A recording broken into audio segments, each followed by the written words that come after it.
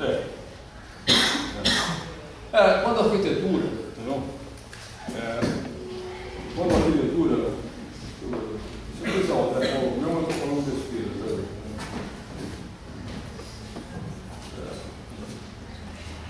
isso mesmo, André Paulo. Né? Quando o moderno não era um estilo, o moderno, né, era tinha uma ótica social.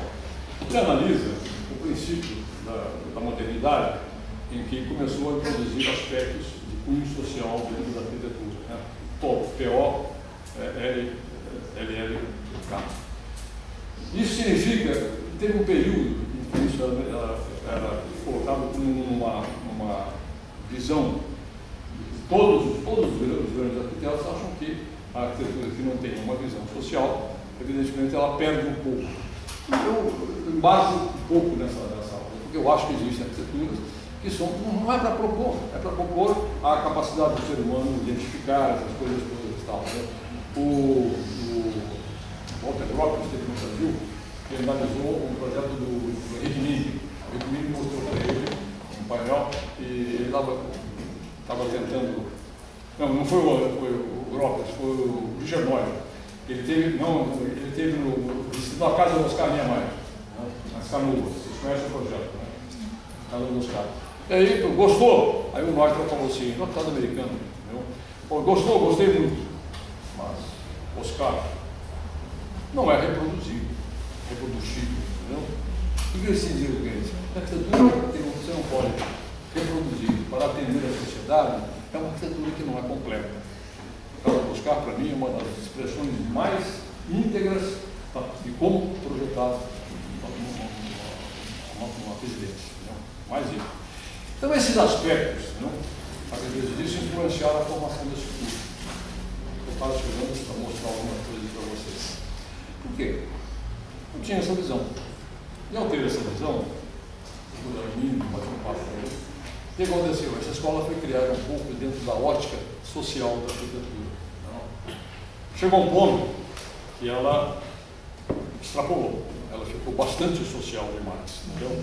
E aí eu comecei, tinha sido um dos proponentes disso, eu comecei a tentar recuperar o tempo perdido, entendeu? Por quê? Só muito aspecto social também não era o caso.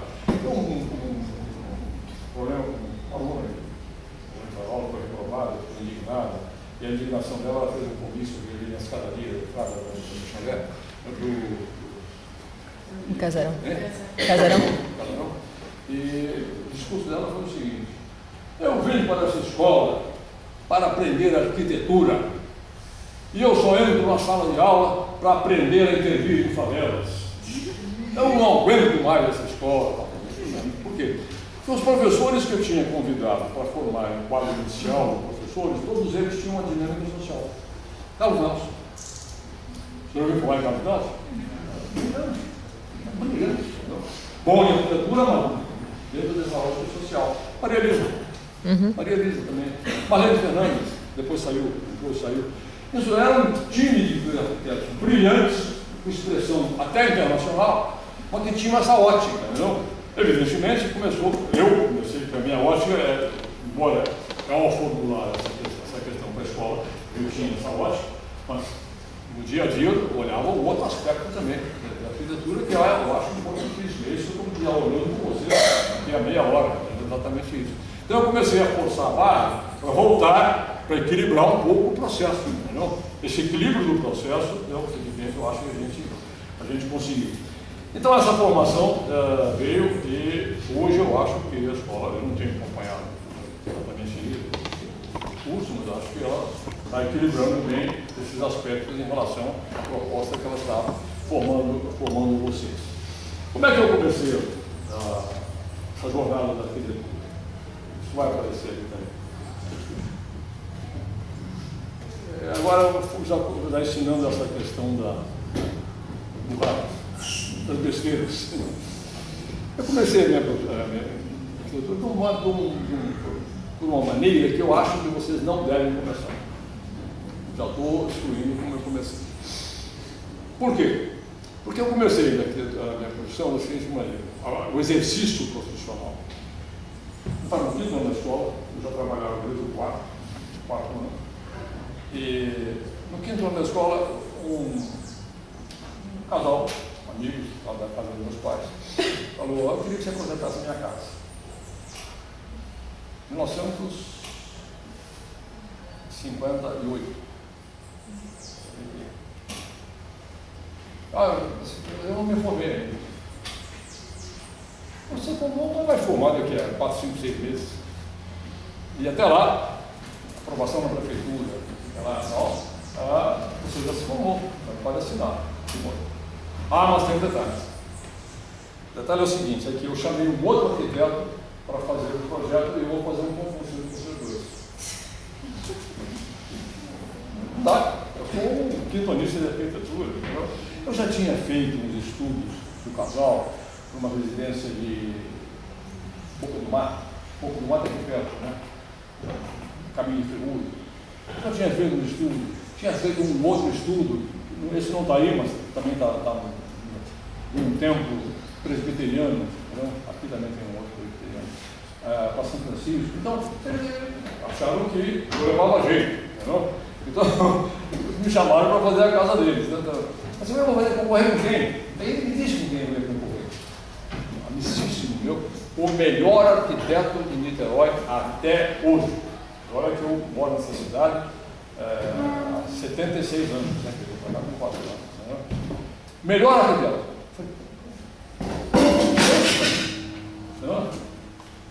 Vamos acabar com isso. Não, vamos tocar esse negócio e tal. Pior é o seguinte, estava remunerado. Aí que eu ousei começar. E bem remunerado. Eu trabalhava num escritório de arquitetura e eu ganhava, sei lá, uma moeda naquele tempo, não tem a menor ideia. Mas eu ganhava alguma coisa em torno de 6.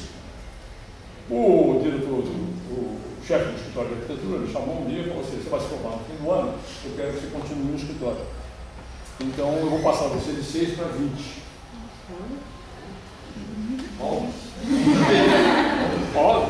Aí apareceu esse concurso. Entendeu?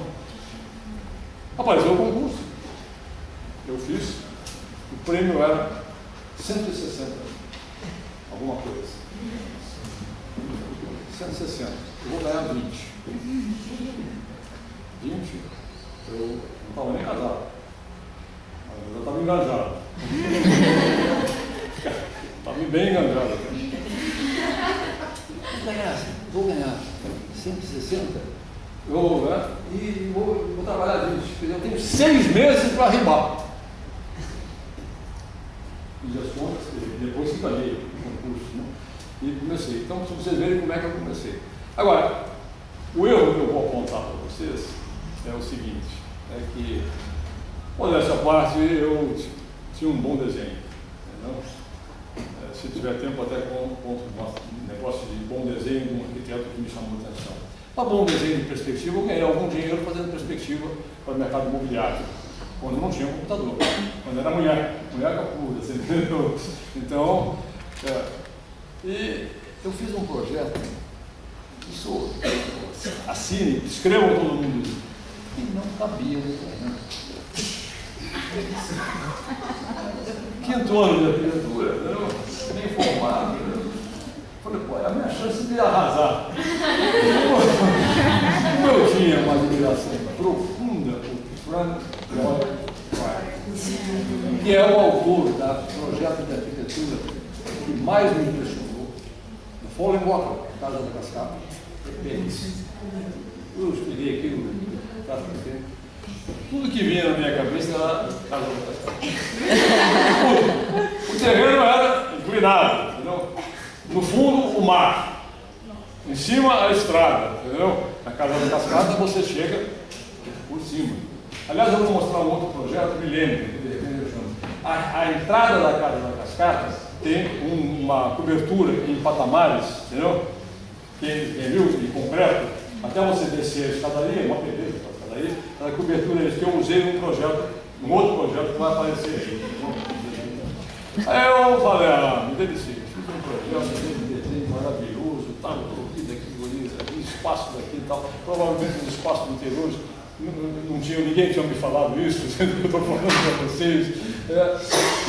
Pranchas irretocáveis e tal. Aí, telefone, olha, nós escolhemos o seu projeto. Livrei. Consolidei a saída do escritório.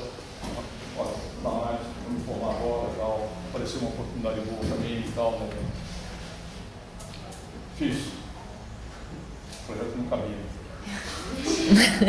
Os balanços de Frank Lloyd Wright saíram.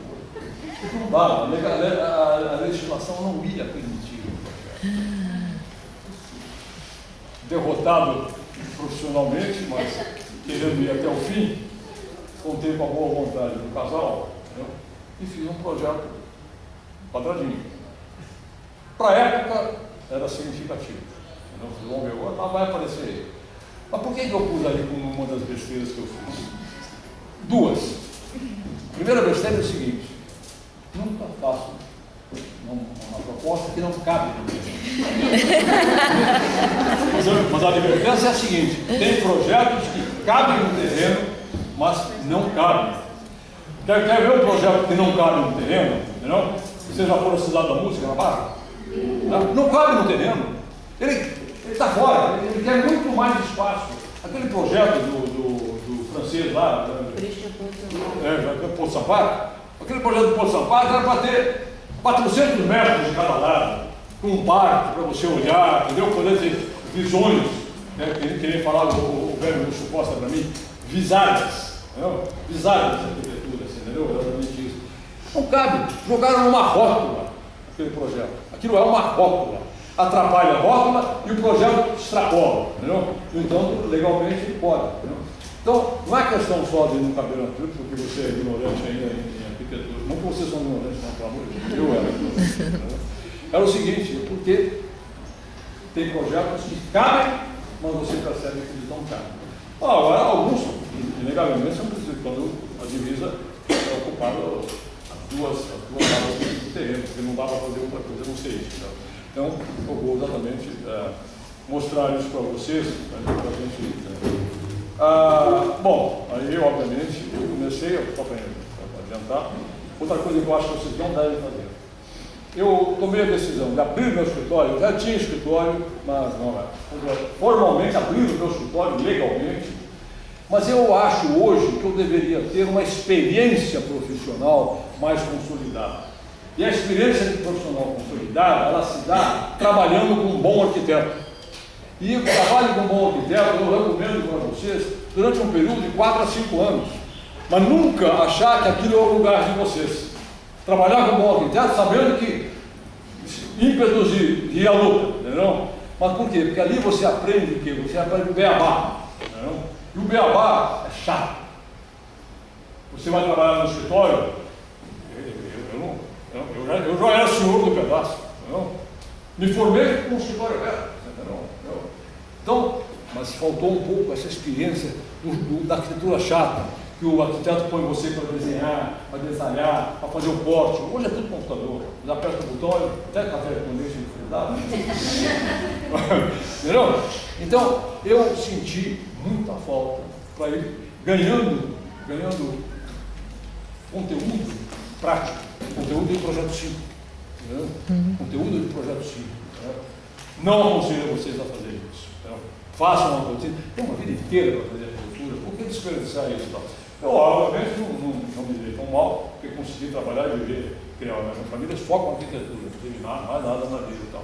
Então, esse é o primeiro grande conselho que eu dou para vocês em relação a isso. Né? Então, só para começar a apresentar aqui, é o seguinte: tem uma outra coisa que eu anotei aqui de falar para vocês. Como alavancar o início da profissão de arquitetura? As duas maiores condições de alavancar uma boa carreira de arquitetura, no meu modo de vista, são duas. Ou ter um mecenas, eu tive um mecenas para alavancar. Mas arquitetos como Luiz Paulo Conde, que lamentavelmente morreu. Ouviram falar nele? Né? Luiz Paulo Conde, uma belíssima arquiteta, morreu há 2 ou 3 anos. Luiz Paulo Conde teve um senhor mecenas.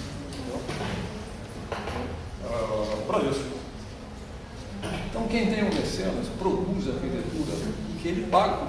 Entendeu? E pagar a arquitetura, para mim, foi um problema sério. Entendeu? Ninguém paga por papel desenhado. Todo mundo queria alguma coisa mais do que papel desenhado. Entendeu? Então, ter um mecenas é uma coisa importantíssima, mas nem todos têm mecenas. Por questões de família, por questões de agradáveis, esse cara que conhecia, que eu fiz bons para ele a respeito do projeto. Ou concurso de arquitetura. O concurso de arquitetura é uma abertura muito boa. Eu ganhei alguns concursos, mas já estava empurrando na vida. Não foi ele que me arregou. Mas se vocês tiverem a chance de fazer quando concorrer, tem um problema do investimento. Mecenas ou concurso são as grandes portas de entrada para a profissão. E a outra que eu pus aqui: mecenas, concurso de arquitetura e trabalho. Leitura e leitura. Consulta. A consulta não é aquela consulta que você vira a página e fala, gostei. É olhar a planta e começar a olhar a planta em relação à volumetria. Se vocês não tiverem essa capacidade de visualizar o que está na planta em relação ao que foi produzido pelo volume, entendeu? Esse é o maior treino que vocês podem ter. É começar a buscar, entendeu? Exatamente essa correlação da proposta volumétrica e espacial em relação ao que foi projetado. Mas isso é diário, entendeu? Arquivo e arquitetura é o maior elemento que vocês podem ter, o arquivo pessoal de vocês na cabeça. É o maior elemento que vocês podem ter para dar uma nadada boa no terreno da arquitetura. E sem alimentar o arquivo, não vai ser fácil fazer arquitetura. Tenho uma experiência com um colega meu, muito interessante. Ele formou-se bem depois de mim, e ele começou a fazer construção. Isso foi uma das coisas que eu também comecei a fazer construção. Eu parei rapidamente. Porque 90%, 70%, 80% do meu tempo, 90%, 100% do meu tempo, era conferir se o material tinha chegado na obra, era pagar funcionário, pagar pedreiro, arranjar isso e tal, fiscalizar, virar a dosagem do concreto, e tal, eu estou fora. Não é isso, não? Parei, fui. Ele continuou fazendo. Continuou, Um dia ele chega para mim e fala assim, eu queria que você projetasse a minha residência. O arquiteto tão bom quanto eu, melhor que eu. Sentei na minha mesa de trabalho, fiquei, que nem a minha aluna que eu falei. Acabou um dia a PUC e não saía nada. Não saía nada. Por quê? Porque ele ficou 10, 15, 20 anos. Esses 10, 15 e 20 anos, se ele tivesse feito isso que eu estou recomendando para vocês, saía tudo. Entendeu? É isso que é importante em relação à leitura diuturna, leitura cotidiana, mais do que leitura, é entrar no mérito. Uma das coisas que eu fazia muito na turma, até o pessoal falava, eu chamava de dissecação da arquitetura. Dissecar é um termo, um verbo usado para cadáver. Entendeu? Você vai Anatômico. Anatômico, eles dissecam o cadáver. O que é dissecar o cadáver? Pegar, abrir, tirar, olhar para lá, ver como é que está ali, como é que está lá. Né? Eu fiz uma disciplina que o nome era dissecação da arquitetura. O aluno tinha que escolher um projeto, tinha que fazer uma análise do conteúdo do projeto de literatura, tinha que pegar as plantas, reproduzir as plantas. Na reprodução das plantas, reprodução graficamente, desenhar, fazer um computador, entendeu? E depois tinha que fazer uma maquete. E a construção da maquete era em cima, ele tinha que depois explicar, como se ele fosse o arquiteto, projetando, ele vai explicar aquele projeto. Agora, para que ele pudesse explicar aquele projeto e ele ganhar nota, entendeu? Ele tinha que entender o projeto, saber como é que ele existia e como é que ele tinha sido produzido. É uma maneira que eu achava que era a maneira de aprender arquitetura. Uma grande experiência. Um dos projetos que eu dei para ser dissecado foi a Igreja da Luz. Alguém conhece o projeto da Igreja da Luz? Do Tadao Ando. Tadao Ando é um pedaço japonês, eles é uma cultura japonesa. casa da Cacá, do Frank Lloyd Wright. Mas é uma arquitetura mais simples que eu conheço, mas a arquitetura mais grandiosa no controle da luz. Esse ponto, como dizer, tem absoluta razão. O controle da luz do sólido. Eu sempre falava para os meus alunos o seguinte: a arquitetura tem que ter várias sacolas. Okay? Uma das sacolas tem que ter a luz. E ao projetar, você fala assim: agora eu vou jogar um pouco de luz aí, ver qual é o efeito. Pega, joga. Qual é o efeito? Foi muita luz. Tira um pouco. Entendeu? Agora foi de menos. E agora, aqui, vou jogar um pouco de luz ali. Por quê? É você saber trabalhar com a luz. A igreja do Tahuano é uma simplicidade, é um cômodo só. Mas o manuseio e o controle da luz é uma das coisas mais sensacionais que eu conheço. O aluno tinha que fazer a maquete da igreja da luz, e do lado do visual maior da igreja ele tinha que fazer um furo, entendeu? Mas de tal maneira que pudesse ser observado visualmente. E de tal maneira que quando ele colocasse o olho, e todo mundo colocou o olho ali também e tal, o encostar do olho anulava qualquer entrada de luz através da luz. Como ele construiu aquilo religiosamente, reproduzindo a igreja da luz, você tinha a noção da luminosidade dentro da igreja, dentro da capela, entendeu? Porque, você reproduziu aquilo tudo, aí a luz passava por aqui. E é fantástico. As fotografias da igreja da luz mostram o perfeito controle da luz. Tem outros projetos de controle da luz mais expressivos e tal. Né? Bom, o papo é esse, agora eu vou mostrar as besteiras que eu fiz. Não? E já falei de uma, não faço nunca um projeto que não cabe no terreno. A outra besteira, não pensem que começar a ter o domínio da arquitetura é uma coisa simples. Façam 1, 2, 3, 4 anos com um belíssimo arquiteto, entendeu? Um cara malandríssimo, que conhece detalhes. A outra coisa, vou mostrar uma casa para vocês. Aliás, tem alguns exemplos também.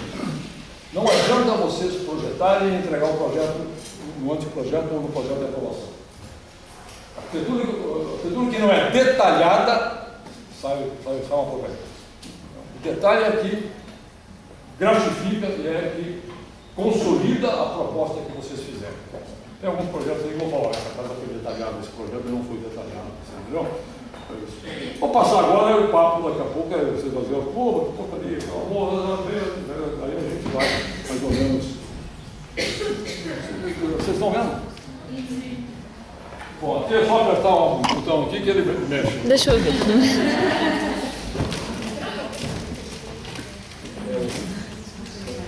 Esse aqui.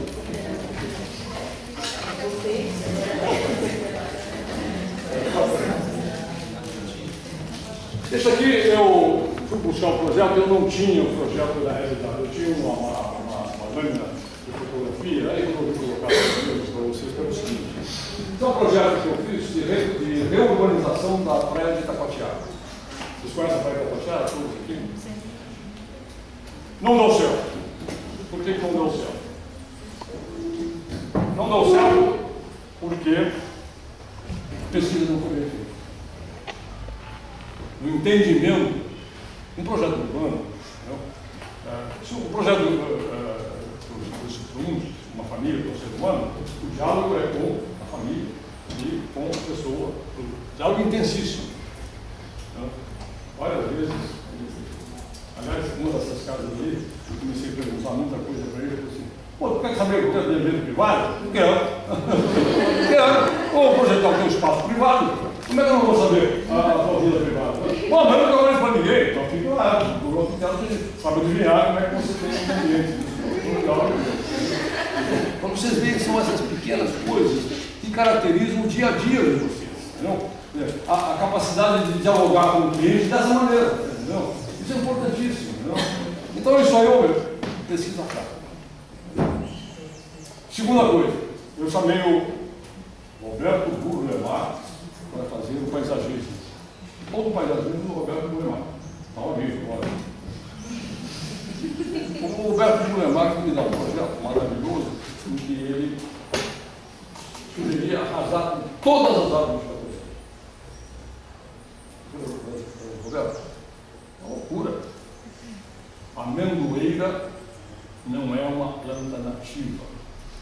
Eu só trabalho com plantas nativas. Então você trabalha com plantas nativas, mas como é que eu vou fazer um projeto e recomendar que arrase o bairro todo e a arborização do bairro só daqui a 45 anos? As árvores crescerem e terem esse ambiente. Até eu vou te falar uma coisa, Roberto, Roberto Buramarques. Vou te falar uma coisa, não fica chateado comigo não, entendeu? É o seguinte, as folhas do outono que caem, elas podem, mas não são sujeiras, não. São plantas, são folhas que alimentam o solo, quando elas derretem, um insumo para as árvores crescerem. Tá certo? Então, e segundo, eu fiz uma proposta. Não sei se você. Agora já tiveram 2 intervenções lá, antes de eu fazer esse projeto. É o seguinte, os carros chegavam e iam invadindo as areias, entendeu? E aí tem aquela flora de restinga, entendeu? Taquatiara, que avança pelas areias, né? Os caras entravam na flora de restinga, paravam o carro lá na frente e tal, só foi uma ordem isso aqui. E fiz a ordem, entendeu? E recuei e o espaço diminuiu. Pô, todos os conselhos que eu fui lá discutir no bairro, você vem aqui para tirar espaço de estacionamento, entendeu? Ou seja, as controvérsias com o projeto, tá certo, porque eu não dialoguei o suficiente com a comunidade, e isso é muito importante, diálogo com a comunidade, para poder fazer uma proposta para eles. E ó, um ou dois levando uma questão que os outros apoiam, o projeto está arrasado.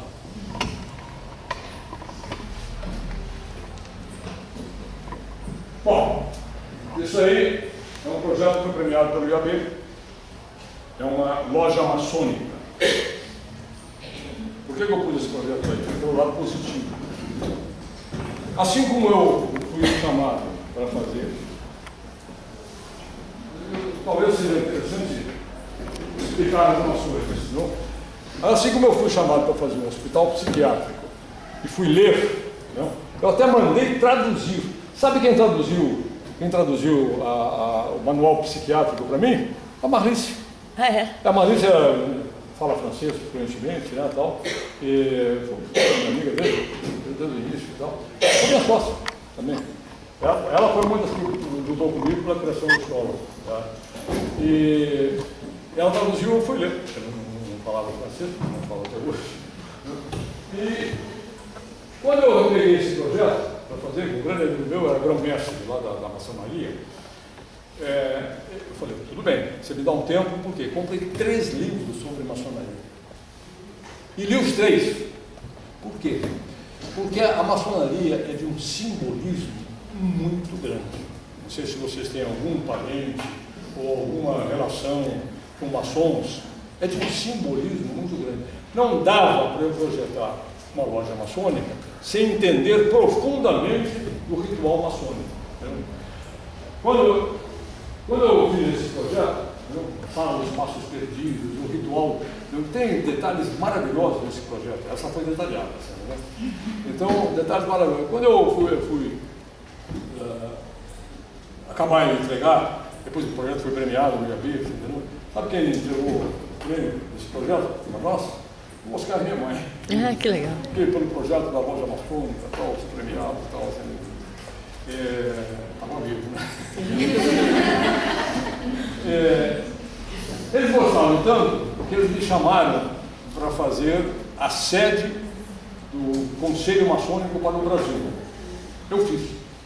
Mas, lamentavelmente, as relações foram... Eu detalhei o projeto inteirinho para a sede do Conselho Maçônico. Você acredita que até hoje eu não fui ver a obra? Vou para ir lá, porque houve um atrito, com circunstâncias desagradáveis, e eles não me permitiram. Agora eu estou conseguindo ir lá para visitar, porque eu sei que eles construíram. Estou com medo de chegar a uma construção completamente diferente do projeto. Eu coloquei apenas um croquis, 2 croquis que eu fiz, só para passar rapidamente sobre eles. Então isso aqui é o aspecto positivo. Isso eu já falei. Ele existe, foi aceito por todos os maçons, inclusive na discussão da sede futura, eu fiz uma descrição desse projeto, entendeu? E eu queria fazer o outro, e chegou um senhor assim, qual é o grau do senhor na maçonaria? Aí tem grau, né? Qual é o grau do senhor na maçonaria? Eu disse, eu não sou da maçonaria. O senhor não é da maçonaria? Eu falei, não. Como é que o senhor fez esse projeto? Eu falei, eu li. Eu li sobre o projeto. Né? Olha, o senhor entende mais de maçonaria do que do maçom. Entendeu? Por quê? Isso é o que eu quero deixar para vocês. Entendeu? Isso é o que eu quero deixar para vocês. Entendeu? Então, esse projeto tem coisas. Olha, aquela entrada. Aqui é a entrada com um símbolo maçônico. Entendeu?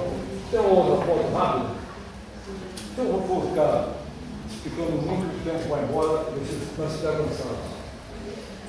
Está vendo? O interior da maçonaria. Entendeu? A entrada, olha aqui, ó. Não tem uma outra.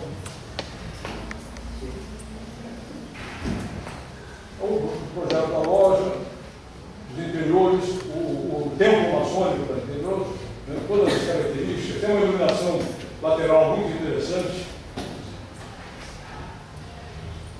Olha aqui, quem é que viu a Casa da Cascata aí? A descida da Casa da Cascata, entendeu? É exatamente aquilo, entendeu? Que é a descida do lado oposto da loja. A entrada é pelo outro lado. Aqui é do estacionamento, entendeu? Por quê? Isso vocês podem fazer. Se vocês têm influência de bons projetos, não é crime nenhum você usar o que vocês gostaram como um elemento de composição da arquitetura de vocês, entendeu?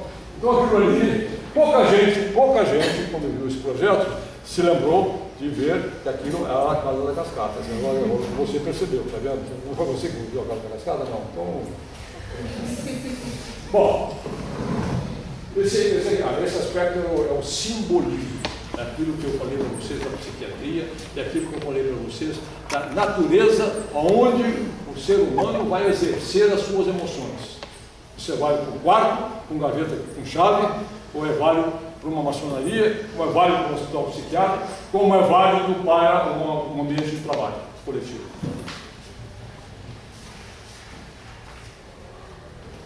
Isso aqui são dois croquis que eu fiz, né?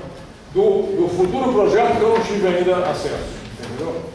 Isso aqui mostra o seguinte: a colunada do mall, o mall de entrada tem que ser grandioso. Entendeu? São croquis, evidentemente. Por que tem que ser? São seis colunas. Essas 6 colunas, não está aparecendo ali, que o croquis eu não tinha avançado. Essas 6 colunas, em cima, tem uma estrela de 6 pontas, entendeu? Que tem um poliedro, né, de 6 lados, todo em vidro. Então a luminosidade, eu vou mostrar o outro croquis. A luminosidade só entra aí, então, pelas laterais e pela iluminação que acontece exatamente dentro ali, no meio, tem a estátua gigantesca proporcional, do deus Juno. Por que o deus Juno é um deus da maçonaria? Porque o deus Juno é um deus que tem 2 visões, do passado e do futuro. Então, de acordo com eles, o que é válido para todos nós, o maçom trabalha para o futuro com experiências do passado. Então, tá vendo? Outro simbolismo e tal. E o próximo croquis, entendeu? A grandiosidade, o próximo croquis mostra a iluminação. Tá vendo? Esse é outro croquis que eu fiz. Entendeu? Esse não é meu croquis, um pouquinho mais sofisticado. Mas é um desenho meu, entendeu? Um desenho de prancheta, não é de computador. É desenho de lápis. Entendeu? Então, isso aqui eu fiz para discutir com ele. Vocês estão vendo a colunada, a base da colunada embaixo e a base da colunada em cima? E a colunada em cima? Aqui, ó. Aqui é a base da colunada, interrompido para mostrar a história, e aqui é a colunada em cima. E lá o vão do poliedro. Entendeu? Isso aqui, agora tem um computador, não há dúvida nenhuma, né? Nas horas vagas você tem essa vantagem que eu acabei de falar, né? Vocês param no computador, de fazer planta e faz café. Aí você vai no café e volta para o computador fazer planta. Bom, eu acho importante o desenho do croquis. Bom, isso é um exemplo fantástico. Projeto da Igreja Batista de Neves. Opa, Sério, eu não sabia, não sei o que você estava. A igreja é bastante dinheiro. Vou dizer qual é a burrada, eu vou fazer para vocês. Assim como vocês têm que fazer um projeto que caiba dentro do terreno, vocês têm que fazer um projeto que seja passível de ser executado pelo cliente. Não, como é que é? Deslize na maionese, não tem um negócio assim? Não deslize na maionese. Está completamente, eu fiquei tão entusiasmado com o projeto. Aquela estrutura ali na frente é uma estrutura dificílima de projetar. Ela chama-se Voltwerke, em alemão. O que é Voltwerke? Eu sei porque eu vejo. São cascas planas de concreto, associadas. Entendeu? O exemplo do Voltwerke é o seguinte: pega uma folha de papel, né? Se fosse o caso, eu quero, e pega a folha de papel, você do caderno, e faz 2 apoios e põe a folha aqui. Ela não se sustenta. Pega essa folha de papel e dobra em várias plaquetas dobradas. Ela fica de pé, direitinho. Não aumentou 1 metro cúbico de concreto. O metro cúbico de concreto é o mesmo. Só que a estrutura das placas planas, entendeu? Associadas, dão inércia. E dão inércia, você consegue isso. Isso é o típico do Voltwerke. Aí, o pastor da igreja batista, vários lugares, entendeu? Então, eu fico entusiasmado, aí começou a fazer campanha. Mas se eu tivesse um pouco mais né, eu me deixei levar pelo meu entusiasmo de fazer aquele projeto. Não façam isso, não façam isso. Procurei um calculista. Aí eu calculei todos os cobres. Aí o calculista olhou assim, não sei. Você não sabe fazer isso, não é calculista? Mas não sei. Eu vou, se você me dá um tempo, eu vou precisar. Então, eu tenho que dar uma resposta e tal. Apresentei o pastor da igreja, que já começou a trabalhar com campanha, fazer aula e tal. Né? Saí dele e procurei outro calculista. Não sei fazer. Estou no mato sem cachorro. Né? Aí ele falou: apóstolo, eu posso fazer uma coisa para você. Eu vou fazer o seguinte: eu armo essa cobertura em todas as possibilidades dela trabalhar. O que significa isso? Porque uma delas vai trabalhar, e as outras duas? As outras duas vão pesar. Ou seja, concreto em excesso, ferro em excesso, entendeu? Para fazer o quê? Uma casca pesada. Por quê? Porque todas as maneiras que a casca fosse trabalhar estariam cobertas por ferro e concreto. Ele falou: estou fora, completamente. Aí procurei quem eu devia ter procurado. É um cara que eu aumentei a relação de amizade, não só de amizade com ele, uma mente maravilhosa. Jaime Mazon. Sabe o que o Jaime Mazon falou?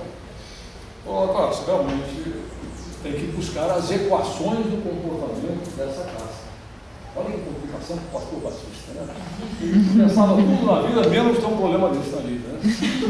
Eu vou fazer o seguinte com você. Gostei, estou todo entusiasmado com você nesse projeto.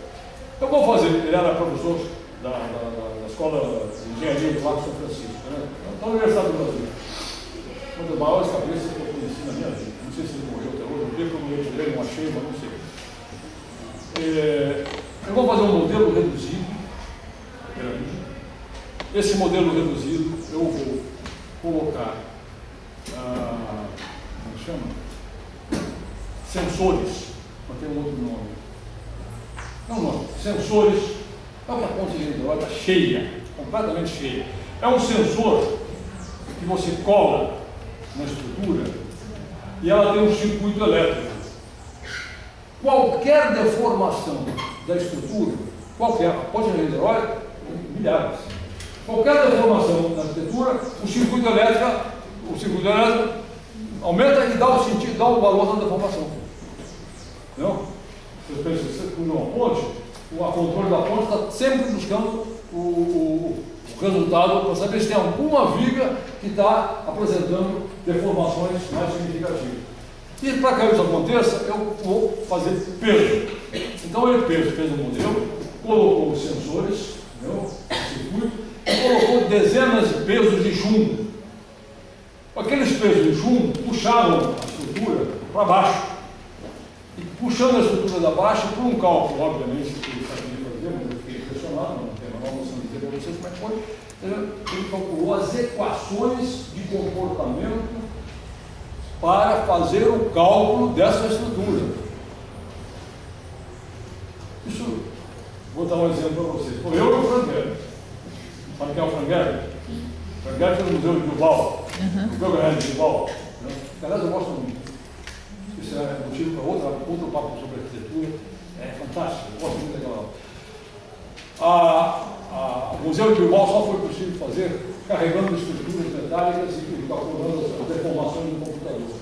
Não existia cálculo para aquelas funções. Então foi eu que não quero. Vou mostrar para vocês, olha aqui. Está vendo? O modelo na escola de engenharia, fazendo os cálculos. E ele fez as equações e começou a fazer o cálculo. Mas a grana.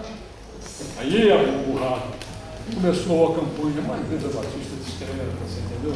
O pastor não abria mão de não fazer essa igreja, e embora acabou, não deu certo, ele chegou a fazer 2 estacas. Até hoje eu tenho esse erro, não façam isso, dimensionam. Bom, esse é outro exemplo. Alguém conhece esse projeto? Está aqui em Niterói. É uma igreja presbiteriana, ali na rua 15 de novembro. Esse projeto, obviamente, eu estava visualizando arquitetura muito brutalista, entendeu? Tinha um conceito de arquitetura pesada e tal. Aliás, a tal história, entendeu? Esse conceito de arquitetura pesada, entendeu? Só que eles são muito mais competentes do que eu. É o Paulo Mendes da Rocha que ganhou esse prêmio, que é o Vila, entendeu? Vila Nova Artigas, entendeu? Que também tem um conceito de arquitetura pesada. Mas o que eu quero dizer para vocês?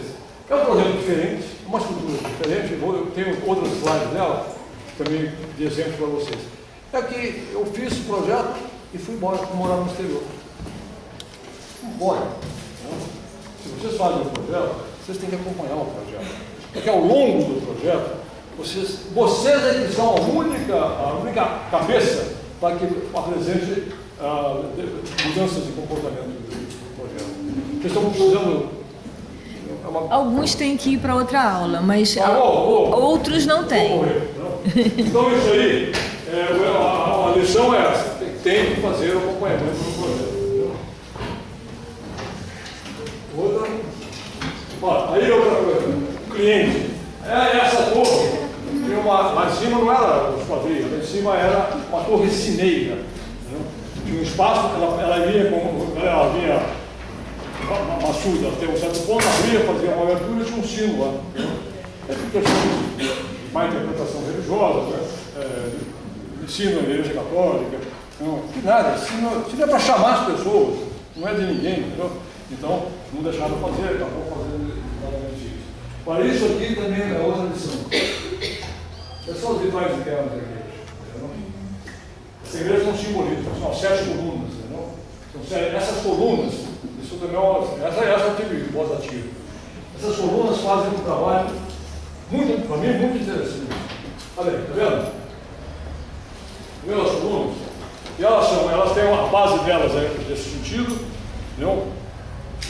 E ela vai mudando, lá em cima é a mesma base, mas nesse sentido. Então, que legal. Pegar um sólido que tem 20 centímetros por 2 metros, lá em cima assim, e aqui embaixo, a coluna vai se adaptando. O que aconteceu? Eu gosto muito dessa coluna. Está vendo aí? A minha é forte. O que aconteceu?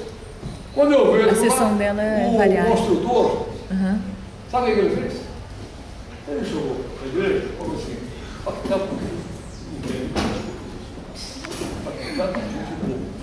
peguei com esse cara.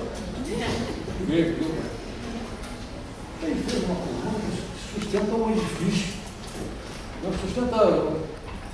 Não tem peso nenhum. Eu vou fazer o seguinte para vocês. Eu vou fazer uma coluna de tijolo, de alvenaria, vou alisar, tá? Depois eu pinto de molde de concreto. Vocês já imaginaram o que é a beleza dessa coluna em concreto aparente, puro, com as lâmpadas, as formas alisadas. Essa beleza da estrutura aí que eu gosto muito dessa estrutura. Como é que o cara ia dar isso em alvenaria, para depois ter esse tipo de pintura civil? Aí foi uma briga total.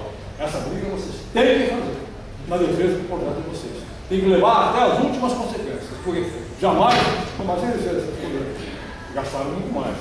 Ah, mas nós vamos gastar mais. Tá, azar. Pedir para fazer o projeto, entendeu? Um banco de recomendações. Não, esse é um conjunto habitacional que eu fiz, é muito interessante, entendeu? A mudança, a característica é a mudança de uso, mas isso não tem. Esse foi no Espírito Santo? Um amigo meu trabalhou comigo, falou assim, esse é o projeto que você faz. Aí foi um conjunto habitacional, um troquinho. Eu tenho um quadro dele sobre isso. Essa aqui, eu vou pedir que vocês opinem. Primeiro, com toda a espontaneidade, toda. Qual é a opinião de vocês? Isso é uma residência. Quem gosta e quem não gosta. Ela pode dizer que não gosta, ou pode dizer que gosta, entendeu? Vou esperar 34 segundos. Quem é que gosta dessa residência? Essa residência, para mim, é maravilhosa. Ninguém gostou. Gostou?